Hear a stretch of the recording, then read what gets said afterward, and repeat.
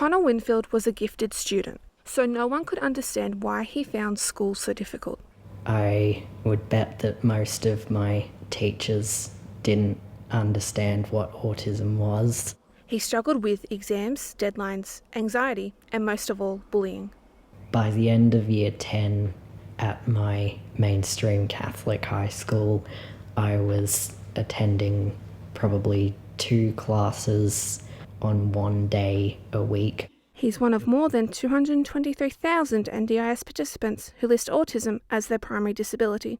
69% are aged between 7 and 18. Certainly, teachers do not feel prepared to teach autistic students in education classrooms.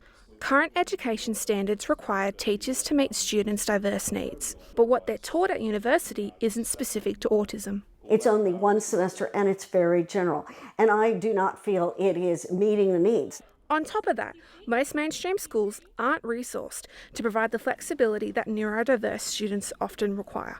And there's a lot of money spent, for example, on teacher aides, and teacher aides are not necessarily the best way to support students. There's a lot of other things that can be done, but there's a lack of knowledge. Addressing the autism knowledge gap is the subject of debate after the Disability Role Commission, with commissioners divided on the future of segregated education, some calling for it to end by 2051.